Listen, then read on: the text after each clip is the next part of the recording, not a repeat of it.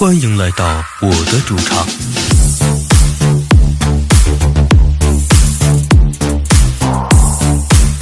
Hey guys, coming here. Welcome back to Langrisser and news from the future. So right, the unique single hero banner or heroine banner for this year, it's out and presenting Dark Super Yani, or shall we call her the Awakener? So because this is a very unique heroine. So before we actually go to her skills and details, we will be exploring a little new stuff and some backstory about her before we go on. And are you guys ready?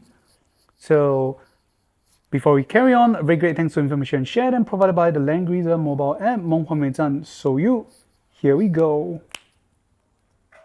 So right, it will be a bit of text, and because previously I've shared on some Facebook channel, social media channel, trying to tell the backstory, especially about explaining why gay pies, the place they live, is actually had another meaning or name to it, and I believe some players might feel confused about how I get information. So right, we'll be going through some backstory on, well, Dark Yani, Super Yani, or in short we'll call it Super Yani. So some backstory about Yani is that yep, she's on, at least on this dimension of this world, Yani. Apparently she is a hermit and she's a believer of the Druid religion. Yep. Apparently, Druid is a form of religion in this land at Nolan, the place that she lives in. So she's a hermit trying to seek knowledge. So I'm trying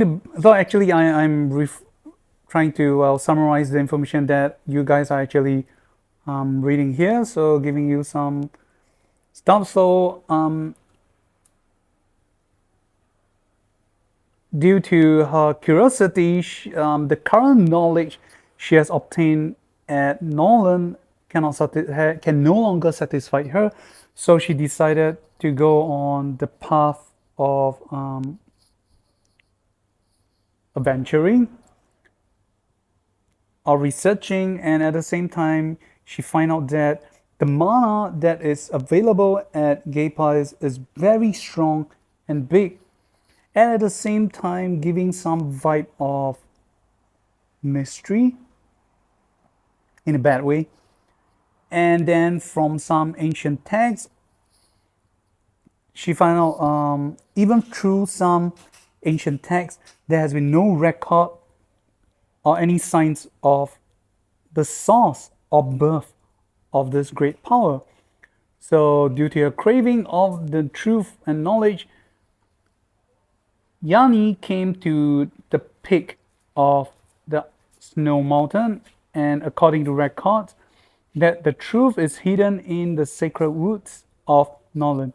So Yani, without giving a care, or well, you might say without giving an F about the rules or advice from the ancestral spirit. Yeah, because everyone or most people who are believer of the Druid clan, they have one or most of them have some or maybe limited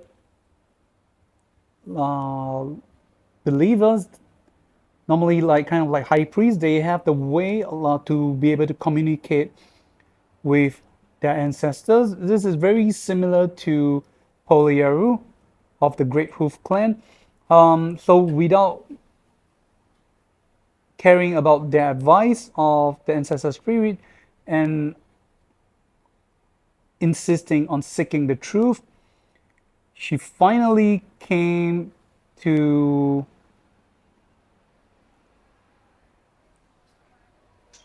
explore or expose the truth, and because that she went out of the path, well, yep, this is what they kind of translate. she strayed from the path and she finally get her bad fruit, or which is literally the translation of she received the bad karma. So at the depths of the sacred woods, she finally found the truth that she want to learn. And that is also one truth that she cannot believe. And this is the truth. So this text is the one that is what they actually say. Gay pies, also known as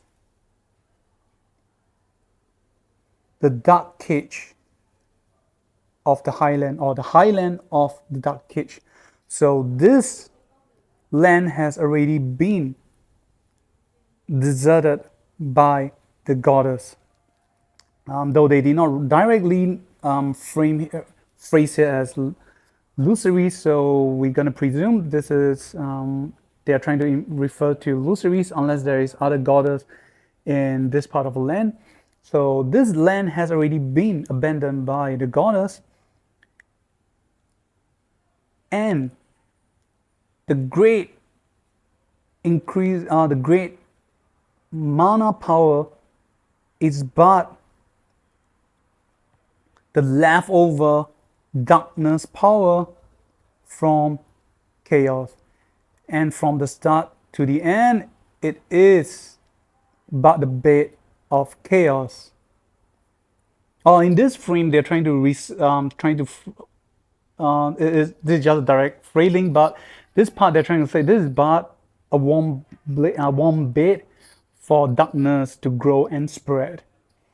And yep, again, so this is directly cropped from her. So at the ancient phrase, gay pies, it means a highland that is surrounded by darkness.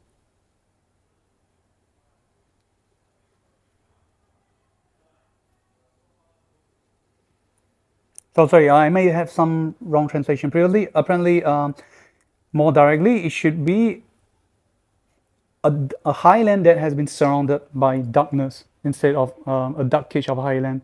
So I'm gonna apologize that David posed as the dark cage of highland previously. I gotta say it do sound cool.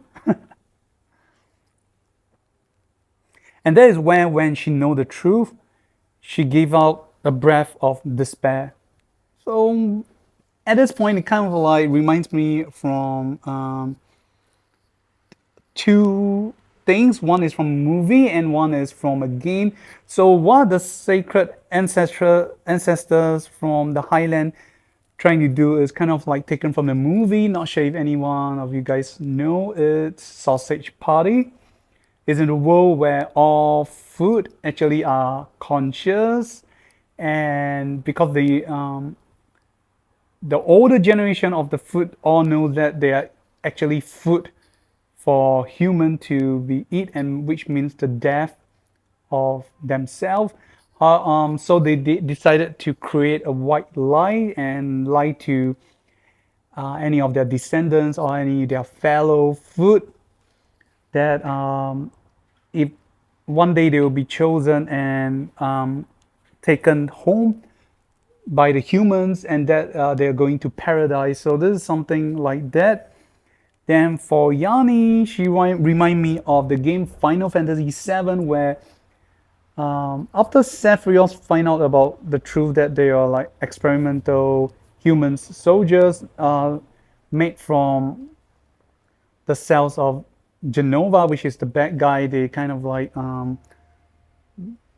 let's just screw this, let's go to the dark side.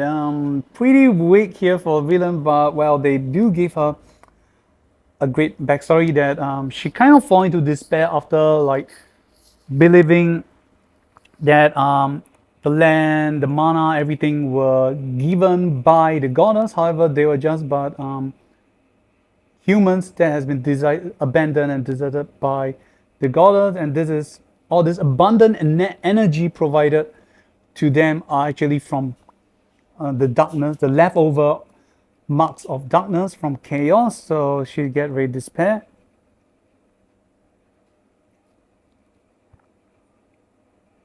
And knowing the truth initially, something that separates her from Sephiroth or Final Fantasy is that despite knowing the truth, she did not just sit there and do nothing.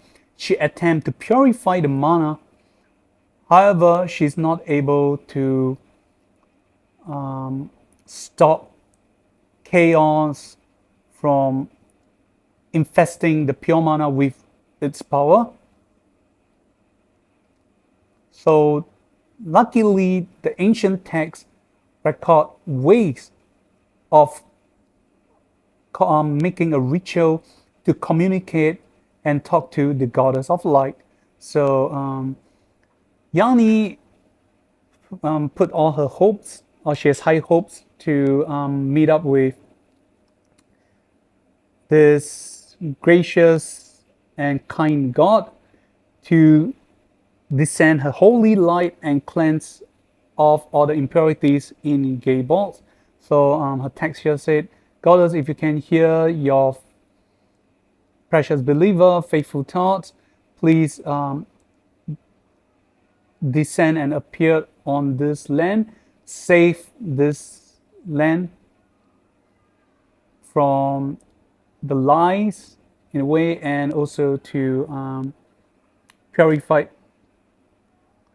and prevent this land from being the bait of food of chaos. However, waiting at this island of light, what appeared before her is not goddess Luceris. Instead, it is chaos. And this is when Yani finally understood the faith of this land at the end is to go to or walk towards destructions. The ancestors who actually know this, in order to prevent their descendants from facing this horrible truth or torture, choose to fake their faith. Long story short, they turn this religion from chaos or destruction instead and fake it into the belief of goddess Luceris of light. And they put this truth, they want to seal up this truth, and it was turned as a taboo. So so all these thousands of years, all the peoples who know about their ancestral spirit, their prophet, all of them just cowards who want to run away from fate. And this is the arc where she finally met chaos. So we're gonna show you guys. So she's the one who met chaos. So all the rituals she has done, she prepared. She was really hoping to cleanse this land and purify them from chaos. However, well, fate put a great joke on her. So after summoning chaos instead, chaos allows and gave Yani this gift. The gift of able to obtain knowledge from the multiverse or multidimensional memories of herself and let her make a choice. And this is the part they link with the dimension of Langrisser reincarnation from Ares, about the great tsunami or the great rising water that will consume the land. So to make a decision whether to get herself tortured at the reincarnation verse of witnessing how the tsunami consumed the land,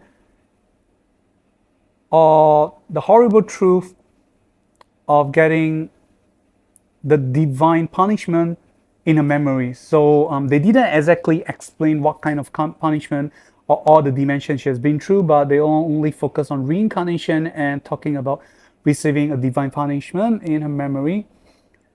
And it was at this time Yani finally awakened and opened her eyes that the God in front of her, how great his existence was, or how great his existence is. And it was at this time, at this point onward, a faithful believer went on her journey of her faithful destiny. And this is the story of Yani. So she did attempt to struggle, trying to alter the tragic end that she witnessed for the world, and yet through all the multiverse, she managed to witness and saw, probably unlike Marvel's Doctor Strange, of all the encounters she saw, there is no hope left, and this is where she decided to dedicate herself to chaos and fulfill her destiny.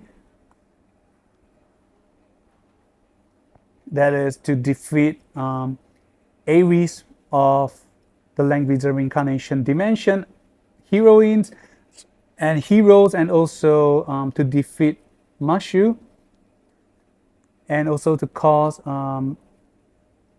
betrayal within Nolan, and giving the great plans to cause the demise of gay pies. So, and that is the end of the backstory of Yani, and also, and this is why gay pies actual meaning, it's highlands surrounded by darkness. And yup, we'll finally go to talking about the 3C talent and effects of Super Yani. Okay, let's go. So alright, welcome back, and on this part we'll be talking about Super Yani, the Awakener, her factions, talent, exclusive skills, and 3C, and of course watch till the end for the translations that I did for you guys. And of course, as the usual stuff, we'll be only talking about the exclusive skills only. For all skill set, we'll be only going through during the demo play. So alright, here we go. And sorry, and very grateful to you guys for the first part about talking about backstory. I get kind of subtle because I gotta admit to you guys, I did not actually like do a pre-read of everything. Previously, I only saw some important text about that she called Guy Pius as the Darkland. So this time around, I decided to do a backstories together with you guys, and we're going through together. So this is like my actual first time reading through the whole thing, kind of trying to get excitement of how her story is like. And yep, we're finally here. So coming to the Awakeners, or which the CN servers like to call Yani or Super Yani. So her talent will be known as Chaos Mana. Oh, before that, okay, the Awakeners, her faction is collaboration, darkness, and mythical realm. And to everyone's surprise, instead of mythical realm, she is the 3C faction buffer for collaboration units.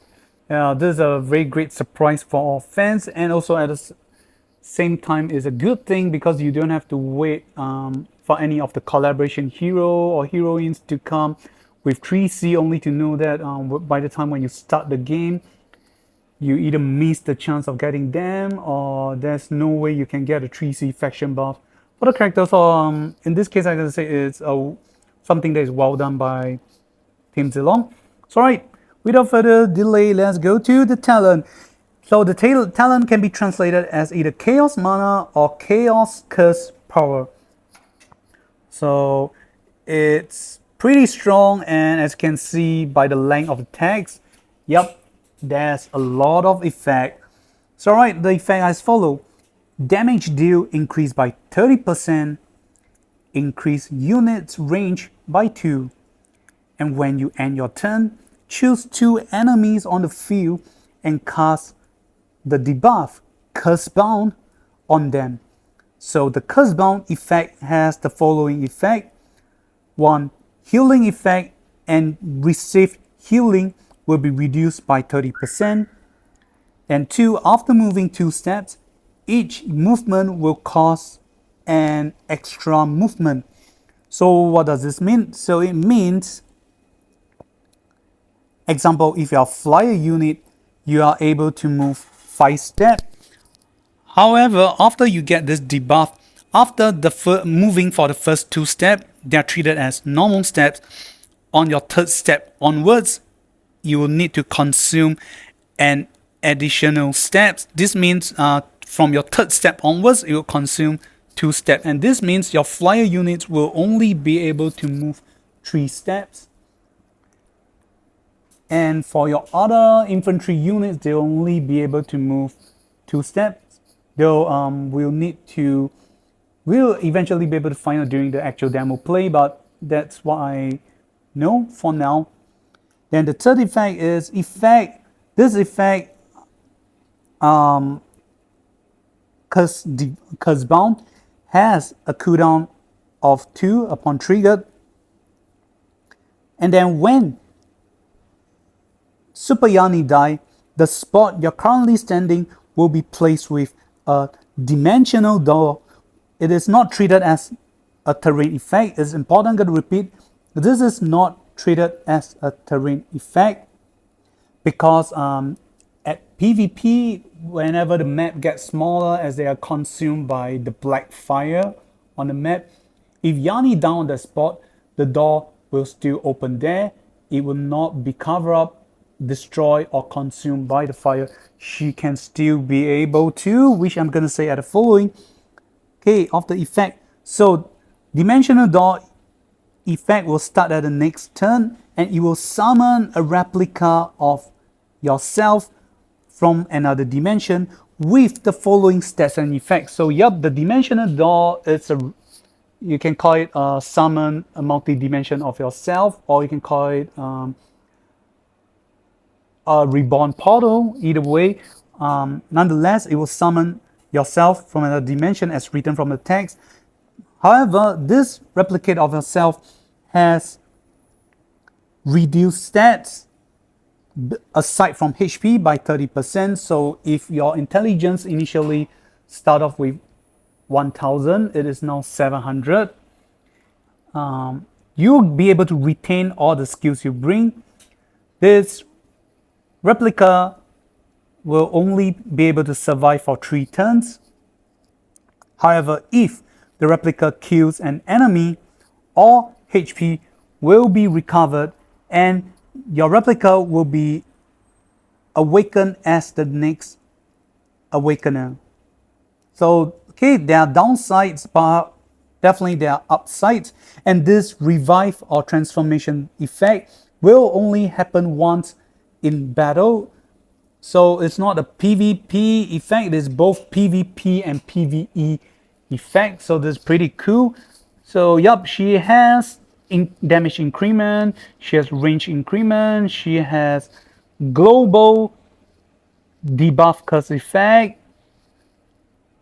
and she has resurrection skills, though the stats are reduced by 30% and can only live for 3 turns.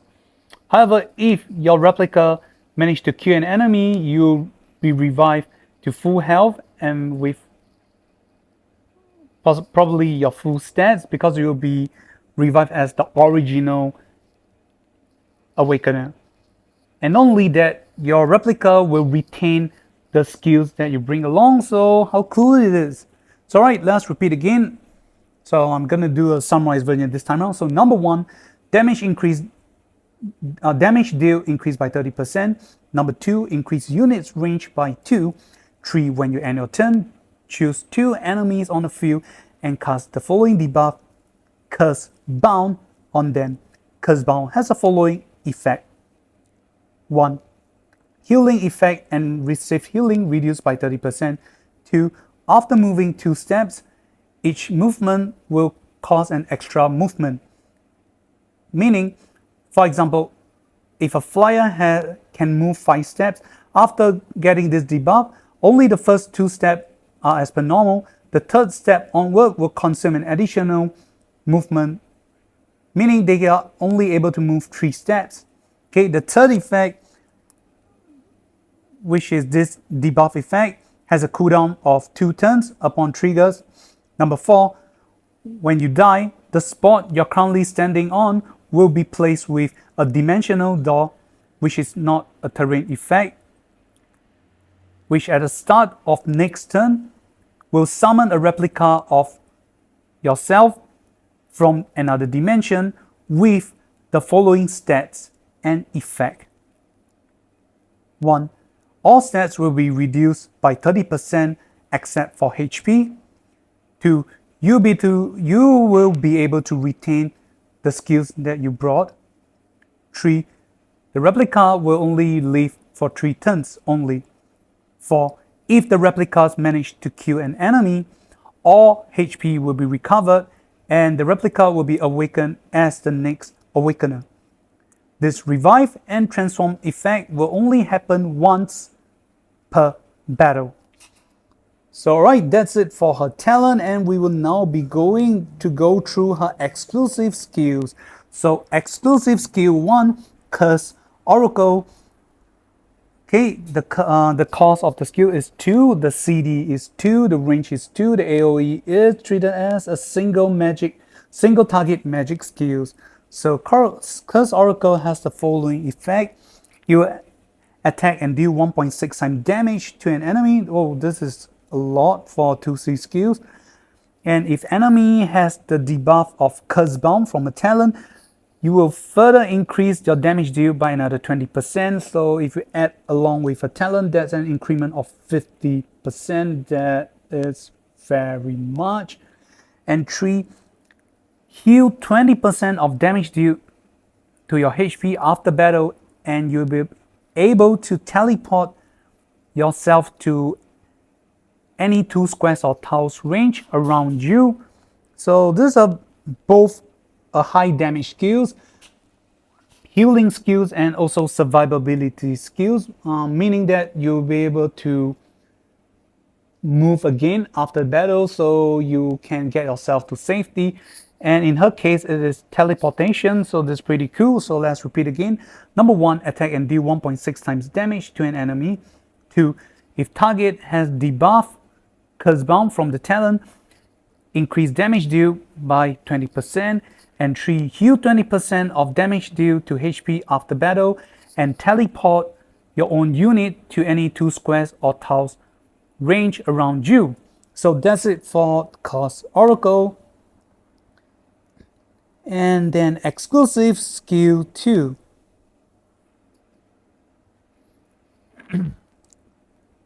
It's known as Dimensional Translocation.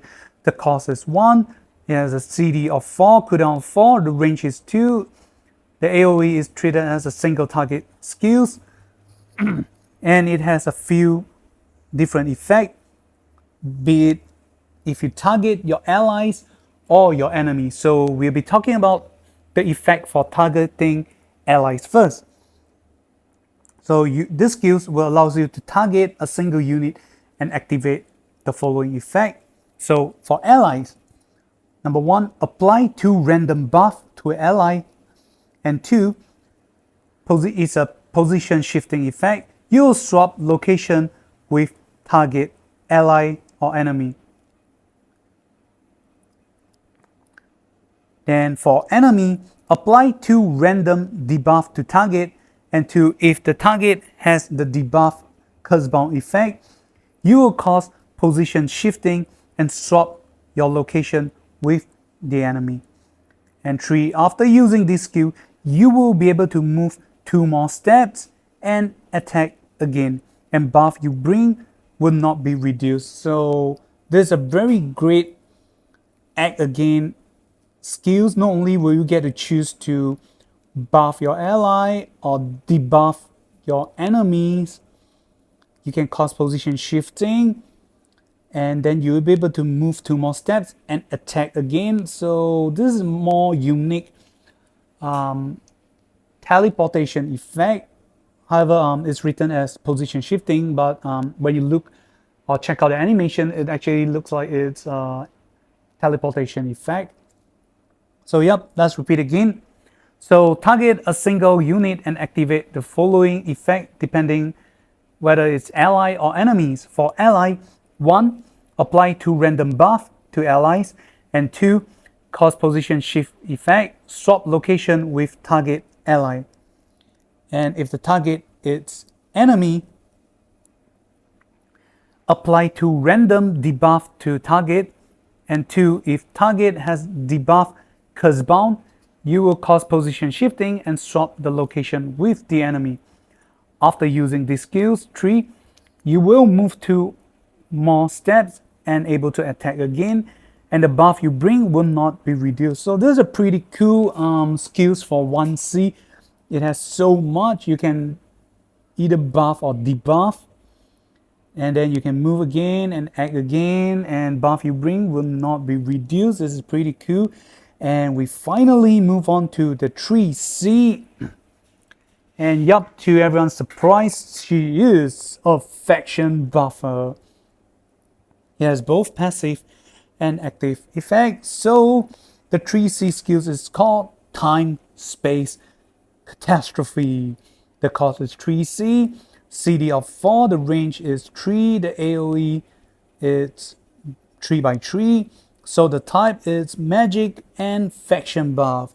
So we're talking about the passive skill first.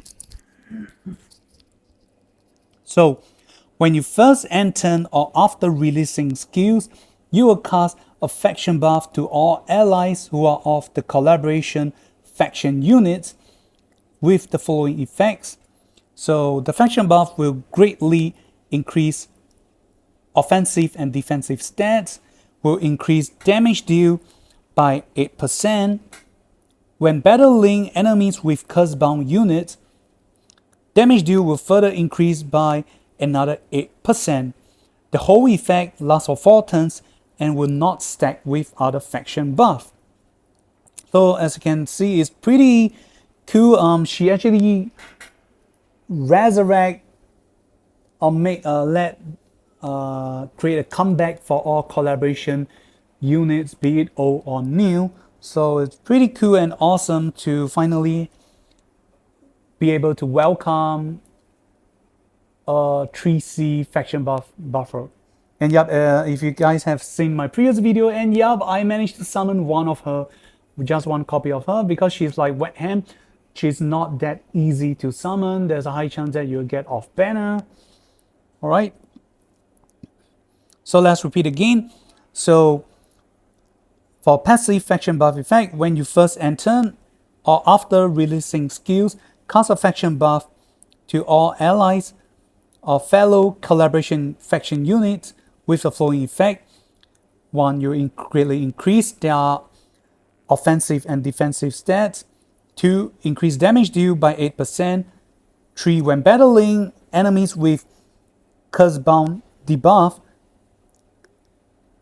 they will further increase your damage deal by 8%. So increase the damage deal by 8%, and if they're battling enemies with curse-bound, it will get another 8% increase. So a total of 16%. This is definitely higher than Elwin's 3C, which is capped at 12%. However, there's some downside as it's only specifically for enemies with curse-bound effect. So maximum only 2 enemies will help you increase 16%. However, that's not too shabby. And this whole effect will last for 4 turns and will not stack with other faction buff. And finally, the OMG skills for her 3C active skills. It is actually like a OP AoE skills, and you can treat it as a super OP single target skills at the same time. So hear me out. Number 1, summon 6 curse bomb and strike on random enemies in range. 2, each curse bomb will deal 0.15 times damage. Each strikes that hit on the same enemy will further increase the damage by an additional of 10%. And enemies that got hit by the strike will get 2 random debuff. If only one enemy is damaged, reduce the CD of these skills by 3. And if enemies did not have any soldiers with them, increase damage deal by 300%. And if the skills obliterate or kill an enemy, reset the CD of your talent for curse bound effect. So, okay, some of you might get a bit confused or might think, what's so great about it? So, hear me out after we repeat or re-summarize the skills. So, okay, number 1, summon 6 curse bomb and strike on random enemies in range. And 2, each curse bomb deals 0.15 times damage. 3, it strikes on the same enemies or repeated enemies will increase damage by an additional 10%. 4, enemies that got hit by the strike will get 2 random debuff. And 5, if only one enemy is damaged, reduce the cooldown of the skills by 3%, by 3 turns. And if the enemies did not have any soldiers with them, increase the damage deal by 300%. 6, if these skills obliterate enemy, reset the cooldown of your talent for curse bound straight away. So that's it. So what is so cool about this skill is that you'll summon 6 curse bomb. This is very similar to the Crimson Moon King, aka Lane Force 2.0, of summoning his meteor. In this case, instead of 4, you summon 6, and there is no limit of there's no limitation of how many bomb units that you can hit on one enemy.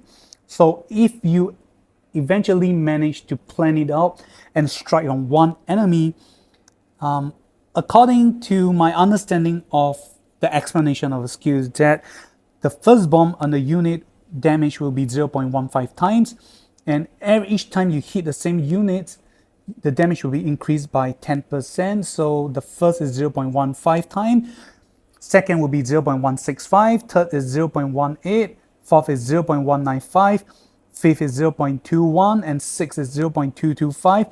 The total of the addition of all 6 bombs on one unit is 1.125 times for this AoE skills. There is literally almost no chance for enemy to survive these skills if they're alone. And furthermore, the damage calculation for enemy with no soldiers is the above I have mentioned times 3. The max is 3.35 times, aka you cannot Langrisser, fellows. I'm not kidding. 3.35 times of AoEs on the same unit without soldiers. This is literally you cannot Langrisser. Even Juggler takes the hit. I don't think Juggler can survive it. And yep, don't worry, I have this summarized at the end of my video so you guys can check out. Correct me if I'm wrong, but that's a calculation that I have worked out for you guys. And what did you guys think? Is she super OP, normal, or just you cannot Langrisser? And leave it down in the comment sections below. This is Kami, and before we end, let's appreciate the art of Super Yani or Dark Yani, you may want to call. Thank you guys for watching, and hope you guys subscribe, and goodbye.